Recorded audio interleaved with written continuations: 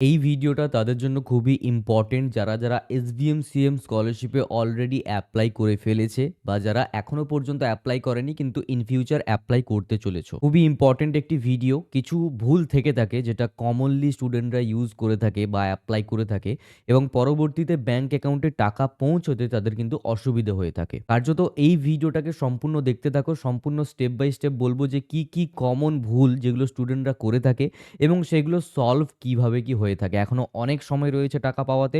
তার আগে এই সকল ভুলগুলোকে এখনো পর্যন্ত তোমরা কিন্তু সংশোধন করতে পারবে, তাই করে নেবে।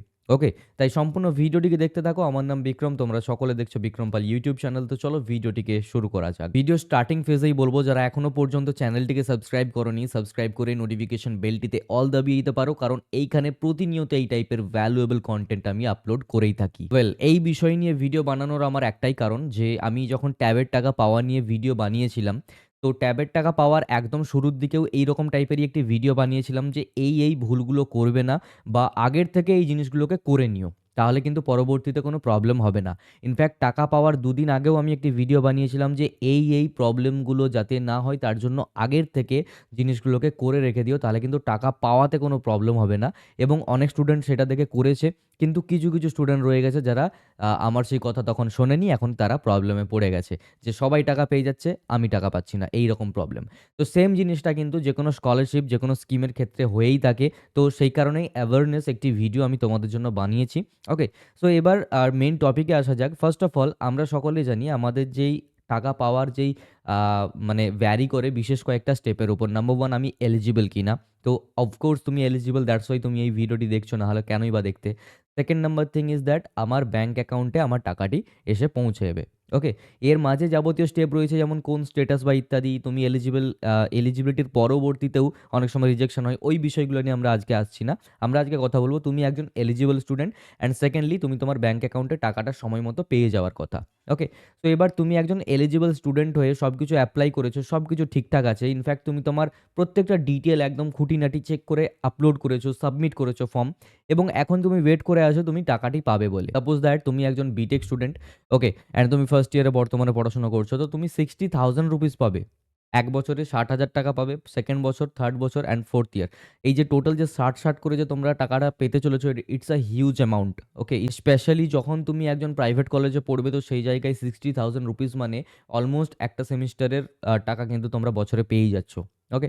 তো সেই জায়গাতে কি হয়ে থাকে, তুমি সমস্ত কিছু করার পর অপেক্ষায় আছো টাকা পাওয়ার, কিন্তু দেখা গেল তোমার বন্ধুরা টাকা পেয়ে গেছে কিন্তু তুমি টাকাটা পেলে না। ওকে? এর নাম্বার 1 কারণ সেটিই হচ্ছে গিয়ে তোমাদের ব্যাংক অ্যাকাউন্টের প্রবলেম। যেমনটা বললাম এলিজিবিলিটি এবং ব্যাংক এই দুটো কিন্তু নির্ভর করছে। সো ব্যাংক অ্যাকাউন্টে যদি প্রবলেম থেকে থাকে দেন ডেফিনিটলি তুমি কিন্তু টাকাটা পাবে না বা টাকাটা আটকে যাবে। তোমার টাকা পাওয়ার কথা ছিল কিন্তু সেক্ষেত্রে স্কলারশিপ যারা প্রোভাইড করাচ্ছে তাদেরও কোনো এখানে দোষ থাকছে না। ইনফ্যাক্ট এখানে কোনোভাবে তোমার দোষ আছে বলে সেটাও আমি বলতে পারব না। কিন্তু এটা একটা প্রবলেম। এই প্রবলেমটাকে আগের থেকে সলভ করে দিতে হয়। সাপোজ দ্যাট তুমি বর্তমানে এসবিএম-সিএমকে এপ্লাই করে ফেলেছো। ওকে? এবং যারা করোনি তাদের জন্য সেম। কখনো না কখনো তো করেই ফেলবে লাস্ট ডেটের আগে। তো সেই জায়গাতে তুমি এখন সবকিছু ঠিকঠাক করেছো বাট তুমি তোমার ব্যাংক অ্যাকাউন্টকেই হয়তোবা চেক করোনি। তো সেই জায়গাতে তোমাকে তোমার ব্যাংক অ্যাকাউন্টটাকে চেক করে নিতে হবে। ইনফ্যাক্ট আগের থেকে কিছু আমি স্টেপ বলব সেগুলোকে করে নিও এবং সেগুলো যদি সফলভাবে হচ্ছে দেন ঠিক আছে তুমি তোমার টাকা সময় মতো তোমার ব্যাংক অ্যাকাউন্টে পেয়ে যাবে। আর যদি দেখো কোনো একটি স্টেপের মধ্যে কাজ হচ্ছে না তো ডেফিনিটলি ব্যাংকে ইমিডিয়েটলি যাবে এবং জিনিসগুলোকে সংশোধন করে নেবে। তো ব্যাংকের মাল্টিপল প্রবলেম হতে পারে। নাম্বার 1 যে প্রবলেম সেটি হলো অনেকদিন ধরে তুমি তোমার ব্যাংক অ্যাকাউন্ট ইউজ করছো না। দ্যাটস ওয়াই ব্যাংক ফ্রিজ হয়ে যেতে পারে বা লক হয়ে যেতে পারে। ঠিক আছে? এবার সেটাকে আনফ্রিজ বা আনলক করাতে হয়। এর জন্য অ্যাপ্লিকেশন জমা করতে হয় তোমাকে তোমার ব্যাংকে এবং ব্যাংকে গিয়ে সেই সকল কার্যকলাপগুলোকে করতে হয়। এটা হলো নাম্বার 1 প্রবলেম এবং তার সলিউশনটাও বললাম। নাম্বার 2 হলো মেজর বা মাইনর অ্যাকাউন্টের প্রবলেম। কি হয়ে থাকে যদি তুমি 18 বছরের নিচে একটি স্টুডেন্ট হয়ে থাকো, ঠিক আছে? এবং তুমি ধরে নাও যে ৫০,০০০ এর বেশি অ্যামাউন্ট পেতে চলেছো। ঠিক আছে? এই প্রবলেমটা আমার সাথে হয়েছিল একটা সময়। কি হলো না ১৮ বছরের আগে পর্যন্ত তো আমার মাইনর অ্যাকাউন্ট ছিল এবং পরবর্তীতে সেটাকে আমি মেজর করিনি। ওকে? সব ব্যাংকে এই প্রবলেমটা হয় না। বাট এসবিআইতে প্রবলেমটা আমার সাথে হয়েছিল এবং অনেক স্টুডেন্টের সাথেই হয়েছিল। তো ১৮ বছর আমার হয়ে গেছে, ক্রস হয়ে গেছে এবং তার পরবর্তীতে আমি সেটাকে আর মাইনর থেকে মেজর অ্যাকাউন্টে ট্রান্সফার করাইনি। এটা করাতে হয় ব্যাংকে গিয়ে। ঠিক আছে? তো এবারে কি হয়েছিল আমি আমার এসবিএম-সিএম এর ৳৬০,০০০ ক্রেডিটেড মেসেজ মানে পাওয়ার যে কথা সেটা কিন্তু আমার বন্ধুরা সবাই পেয়ে গেছিল বাট আমি পাইনি। এখানে আমাকে একটি দেখানো হয়েছিল যে আমার টাকাটা ঢুকতে পারেনি বা কোনোভাবে ফেলড হয়েছে। এবার তারপরে সেই মেসেজ, সমস্ত প্রুফ, অ্যাপ্লিকেশন সবকিছু নিয়ে আমাকে ব্যাংকে যেতে হয়েছিল।